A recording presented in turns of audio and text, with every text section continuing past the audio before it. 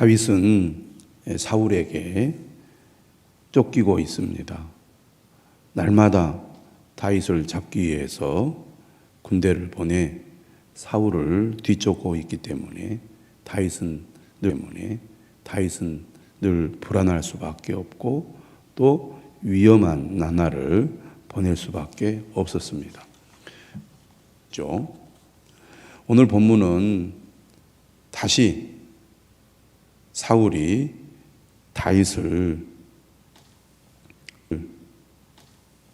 추격하는 내용으로 시작을 합니다. 1절이죠. 사울이 블레셋 사람을 쫓다가 돌아오매 어떤 사람이 그에게 말하여 이르되 보소서 다윗이 엔게디 광야에 있나이다. 엔게디 광야에 있다는 정보를 들은 사울은 다시 군대를 이끌고 다윗을 잡으려고 떠났습니다. 2절에 보니까 3,000명을 거느리고 다윗을 찾으러 갔는데요. 지금 다윗은 약 600명의 사람들이 함께 있습니다. 3,000명이라는 숫자는 다윗의 사람들보다 무려 5배나 많은 숫자죠. 반드시 잡고야 말겠다는 사울의 의지를 반영한 것이라고 하겠습니다.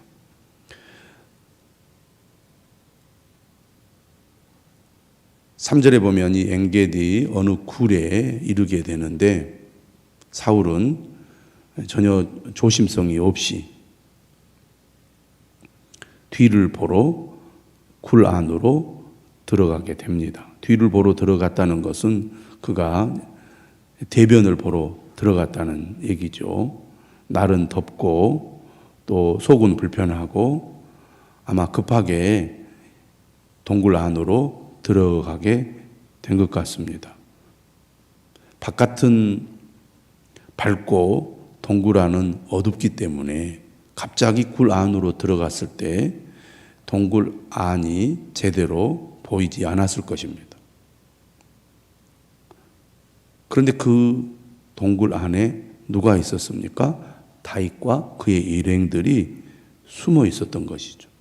그 사실을 모른 채 전혀 조심성 없이 사울 왕은 그 동굴 안으로 들어가서 뒤를 보게 된 겁니다. 이때 4절에 다윗의 사람들이 얘기를 하죠. 하나님께서 원수를 당신의 손에 넘겨주신 것입니다. 오늘이 바로 그날입니다.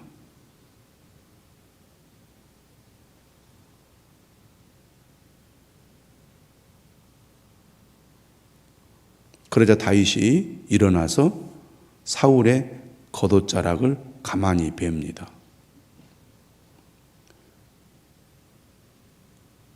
그런데 5절에 보니까 사울의 겉옷자락을 뱉다는 그 하나만으로도 다윗의 마음이 찔렸습니다.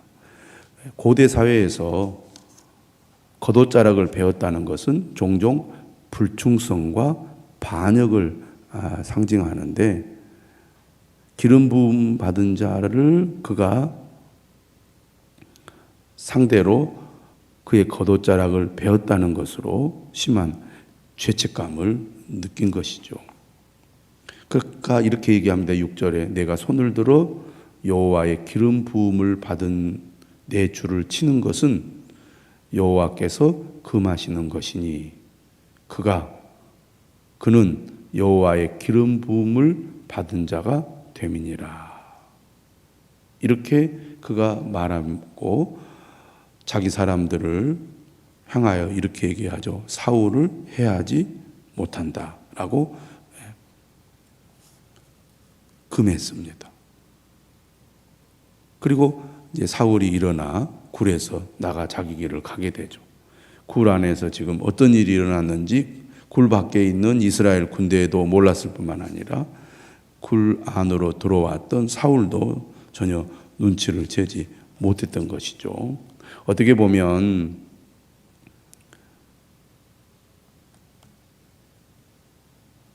사울을 죽일 수 있는 절호의 기회를 다윗이 놓쳤다고 볼 수가 있습니다. 이 일이 하나님께서 계획하신 것이라고 생각을 하고 만약에 사울을 죽였다면 어떻게 됐겠습니까? 그동안 쫓겨다니는 그 어려움, 그 고난과 압박이 이제는 끝나게 된다는 것을 의미하잖아요. 또 다윗 역시 자신의 힘으로 왕위에 오를 수 있는 기회를 얻게 되는 것입니다. 이성적으로 생각한다면 원수를 제거할 수 있는 절호의 기회였는데 다윗은 그 일을 행하지 않았습니다. 그는 이성적이고 또 합리적인 판단 대신에 하나님의 때를 기다리기로 결심했습니다. 지금 다윗이 사울에게 쫓겨다니고 있고 또 이런 상황 속에서 사울을 죽일 수 있는 절호의 기회가 왔는데 그런 상황 속에서 그가 하나님의 때를 기다리기로 결심하고 또 하나님께서 그의 지금 이 삶 가운데 어떻게 일하고 계시는지를 그가 지켜보기로 결심을 했다는 것은 지금 하나님께서 도망자로 살아가고 있는 자신을 테스트하고 있다는 것. 그는 그의 삶 속에서 느끼고 또 경험하고 있다고 볼 수가 있습니다. 아마 이런 생각을 했을 겁니다. 하나님께서 이 일을 이루실 것인가? 나를 선택하셔서 나를 왕으로 세우시겠다고 했는데 정말 이 일을 이루실 것인가? 내가 이렇게 사울에게 쫓겨다니면서 언제 죽을지 모르는 늘 위기 속에 있는데 정말 하나님이 이 일을 이루실 것인가? 이런 믿음의 시험을 그는 지금 겪고 있다고 볼 수 있습니다. 또 언제 하나님께서 나를 왕자에 앉게 할 것인가? 이것은 인내의 시험이라고 할 수 있습니다. 그리고 하나님의 사람이 그의 원수에 대해서 어떻게 행동해야 하는가? 자비의 시험을 하나님께서 하고 있다고 볼 수 있지요. 이런 시험을 통과하고 있는 다윗은 광야에서 도망자로 살아가면서 하나님의 은혜와 하나님을 향한 믿음을 더 깊이 체험하고 또 훈련하고 있다고 볼 수가 있습니다. 다윗은 사울이 비록 그릇된 사람일지라도 그가 여전히 하나님의 기름 부음을 받은 사람임을 인정하고 있었습니다. 그렇기 때문에 자신의 뜻대로 그를 임의로 죽이는 것은 옳지 않다고 생각을 했던 것이죠. 하나님은 어떤 분입니까? 모든 일에 있어서 그 적당한 때를 예비하고 계시는 분이시죠. 오늘 우리는 다윗을 보면서 하나님의 때를 기다리는 것이 매우 중요하다는 사실, 그리고 그것이 훨씬 선한 결과를 가져오게 될 거라는 사실을 배워야 할 것입니다. 하나님의 때를 기다린다는 것은 어려운 일이지만 사람의 인격을 훈련하는 데는 시간이 걸린다는 것 또한 우리는 배울 수가 있습니다. 다윗은 사울의 생명을 취하지 않았고 그의 옷자락을 조금 베어냈을 뿐이지만 양심의 가책을 받았습니다. 하나님이 쓰시기에 합당한 사람은 어떤 사람입니까? 양심이 부드럽고 섬세한 사람이라고 하겠습니다.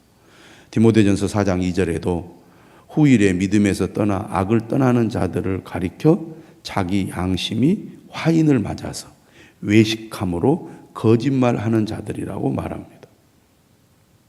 우리에게 해를 끼쳤던 사람에게 안갚음을 하는 것은 하나님의 뜻이 아니죠.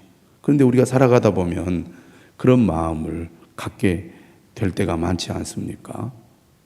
하지만 다윗은 자신을 집요하게 추격하면서 죽이려 했던 사울 왕을 그는 죽일 수 있는 기회가 있었지만 그렇게 하지 않았습니다. 다윗은 자신을 하나님께 맡겼을 뿐만 아니라 그가 처한 모든 상황도 하나님께 의뢰를 한 것이죠.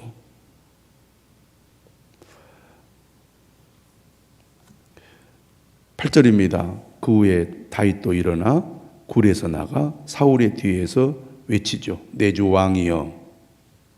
다윗의 목소리를 들은 사울이 돌아봅니다. 다윗이 땅에 엎드려 절을 하면서 이렇게 얘기를 하죠. 보소서 다윗이 왕을 해하려 한다고 하는 사람들의 말을 왕은 어찌하여 들으시나이까. 오늘 여호와께서 굴에서 왕을 내 손에 넘기신 것을 왕이 아셨을 것이니이다. 어떤 사람이 나를 권하여 왕을 죽이라 하였으나 내가 왕을 아껴 말하기를 나는 내 손을 들어 내 주를 해하지 아니하리니 그는 여호와의 기름 부음을 받은 자이기 때문이라 하였나이다. 내 아버지여 보소서 내 손에 있는 왕의 옷자락을 보소서 내가 왕을 죽이지 아니하고 겉옷자락만 베었은즉 내 손에 악이나 죄과가 없는 줄을 오늘 아실지니이다. 왕은 내 생명을 찾아 해하려 하시나 나는 왕에게 범죄한 일이 없나이다. 여호와께서는 나와 왕 사이를 판단하사 여호와께서 나를 위하여 왕에게 보복하시려니와 내 손으로는 왕을 해하지 않겠나이다. 자신이 죄가 없음을 왕에게 분명히 밝히고 있습니다. 당신을 죽일 수 있는 기회가 있었지만 내가 죽이지 않는 것은 나에게 아무런 죄가 없다는 것을 증명하는 것 아니냐라고 그렇게 이야기를 하고 있는 것이죠. 그런데 왜 나를 이렇게 쫓아다니며 죽이려고 하느냐? 내가 무슨 힘이 있느냐? 이렇게 자신의 억울함을 호소하고 있는 것이죠. 그래서 15절에 보면 말합니다. 그런즉 여호와께서 재판장이 되어 나와 왕 사이에 심판하사 나의 사정을 살펴 억울함을 풀어주시고 나를 왕의 손에서 건지시기를 원하나이다. 복수는 하나님께서 하신다는 얘기죠. 그래서 내 손으로 보복하려고 하지 말고 하나님께 맡기라는 것입니다. 다윗은 그러한 믿음을 가지고 스스로 왕을 심판하지 않고 재판장이 대신 하나님께 온전히 맡기고 있습니다. 악으로 악을 갚지 않고 선으로 악을 이기는 행동을 보여준 것입니다. 그러자 사울이 어떻게 하죠? 16절에 소리를 높여 울면서 나는 너를 학대하되 너는 나를 선대하니 너는 나보다 의롭도다. 네가 나 선대한 것을 오늘 나타냈나니 여호와께서 나를 네 손에 넘기셨으나 네가 나를 죽이지 아니하였도다. 사람이 그의 원수를 만나면 그를 평안히 가게 하겠느냐? 네가 오늘 내게 행한 일로 말미암아 여호와께서 네게 선으로 갚으시기를 원하노라. 사울은 매우 부끄러웠을 것입니다. 자기는 자기의 왕위를 지키기 위해서 다윗을 죽이려고 혈안이 되어 있는데 다윗은 하나님께서 기름 부음 받은 자라고 죽이지 않았잖아요. 얼마나 부끄러운 일입니까?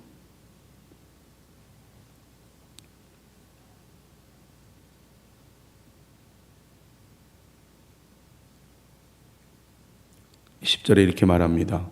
보라 나는 네가 반드시 왕이 될 것을 알고 이스라엘 나라가 네 손에 견고히 설 것을 아노니 그런즉 너는 내 후손을 끊지 아니하며 내 아버지의 집에서 내 이름을 멸하지 아니할 것을 이제 여호와의 이름으로 내게 맹세하라. 사울은 다윗을 살려두면 결국에는 왕이 될 것이고 다윗이 왕이 되면 자신의 가문은 완전히 멸망하게 될 거라는 두려움을 갖고 있었습니다.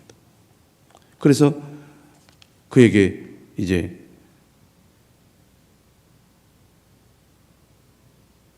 요청을 하는 거죠. 네가 왕이 될지라도 우리 가문을 멸하지 말라는 겁니다. 내 후손을 살려달라는 것이죠. 다윗이 그 약속을 받아들입니다. 맹세하죠. 그리고 사울은 집으로 돌아가고 다윗은 다시 요새로 올라와서 이제 헤어지게 되는데, 오늘 본문만 보면 모든 것이 아름답게 잘 마무리가 되는 것 같지만 여전히 욕심에 사로잡혀 있는 사울은 다윗을 죽이려는 생각을 포기하지 않죠. 또다시 다윗을 죽이려고 쫓아오게 됩니다. 그러나 다윗은 자신의 욕심대로 행하지 않고 모든 것을 하나님께 맡기고 하나님의 때를 기다리는 행동을 취했습니다.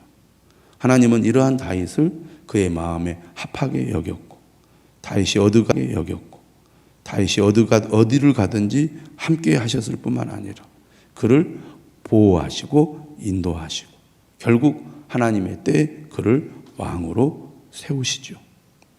우리도 인간적인 생각으로 내 욕심을 따라 행동하면서 그것을 정당화하는 마음을 취할 때가 많이 있습니다.